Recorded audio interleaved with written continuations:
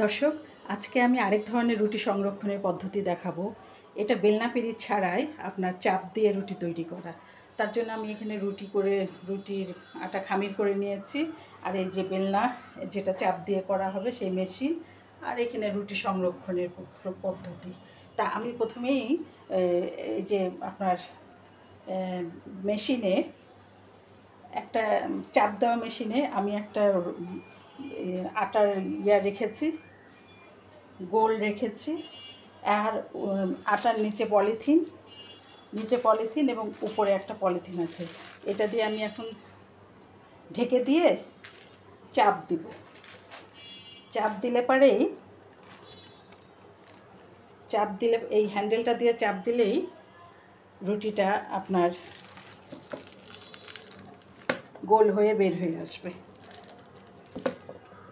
দেখেন, এই যে রুটিটা গোল হয়ে বের হয়ে আসবে। এখন আমি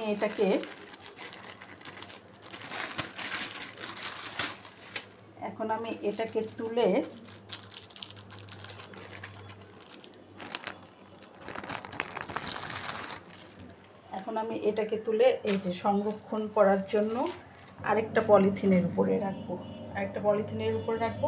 এবং এটার উপরে আরেকটা পলিথিন দিয়ে ঢেকে দেব।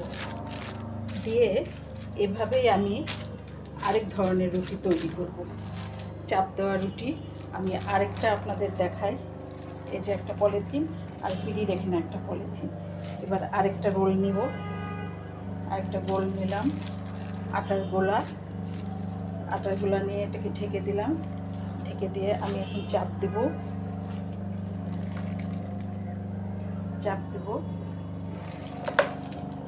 এই হ্যান্ডেলটা দিয়ে চাপ দেব। এই যে এই হ্যান্ডেল দিয়ে চাপ দেব, আর রুটি গোল হয়ে বের হয়ে আসবে। এই দেখেন, রুটিটা কি সুন্দর গোল হয়ে গেল। এখন এটাকে আমি রেখে তুলে নিব।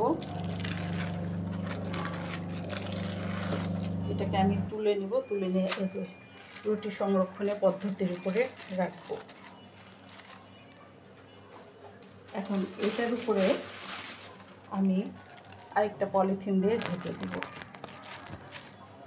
এভাবে করে আমরা আরও সহজভাবে রুটি করতে পারি। আমার যদিও এর আগে তিন ধরনের রুটি তৈরির ভিডিও আছে। একটা হচ্ছে আটা গুলিয়ে রুটি তৈরি করা, আরেকটা হচ্ছে এই রুটি পিঁড়িতে বানিয়ে আপনার পলিথিন দিয়ে রেখে ফ্রিজে সংরক্ষণ করা অনেক দিন। আর একটা হচ্ছে এটা রুটি চাপ দিয়ে তৈরি করে ওই পলিথিন দিয়ে ঢেকে ফ্রিজে সংরক্ষণ করা। এভাবে আমরা খুব সহজে রুটি বানিয়ে ফেলতে পারি। রুটি বানানোর আসলেই ঝামেলা, অনেক সময় হয়ে ওঠে না। যে জন্য আমরা যদি এভাবে সহজ করে বানিয়ে রাখি, তাহলে রুটি খাওয়াও যাবে পরিবারে, আবার বানানোটাও সহজ হবে।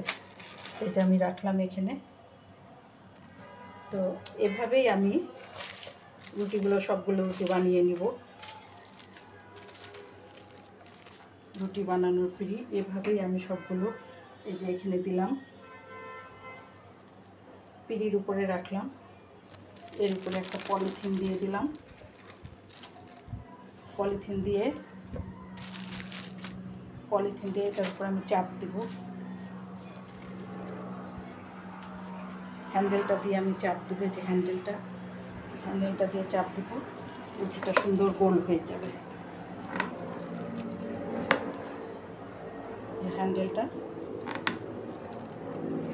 রুটিটা সুন্দর গোল হয়ে বের হয়ে আসবে।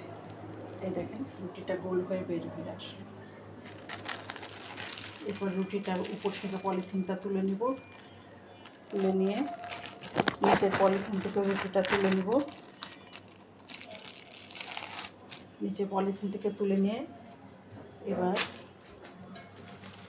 সংরক্ষণের জন্য প্লেটের উপরে একটা পলিথিন বিছিয়ে তার উপরে রাখলাম।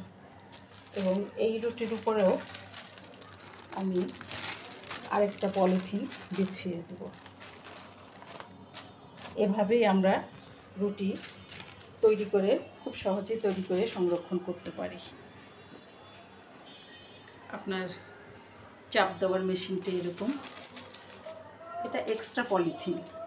অনেক সময় এই চাপ দেওয়া মেশিনে পলিথিন লাগানোই থাকে, কিন্তু সেটা ছিঁড়ে যাওয়ার সম্ভাবনা থাকে। তা আমরা এরকম এক্সট্রা পলিথিন দিয়েই আমরা রুটিটা চাপ দিয়ে তৈরি করে নিতে পারি।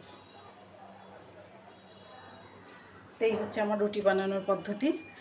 আপনারা দেখলেন, আপনারাও করবেন বাসাতে, খুব সহজেই হয়ে যাবে। তো অনেক ধন্যবাদ।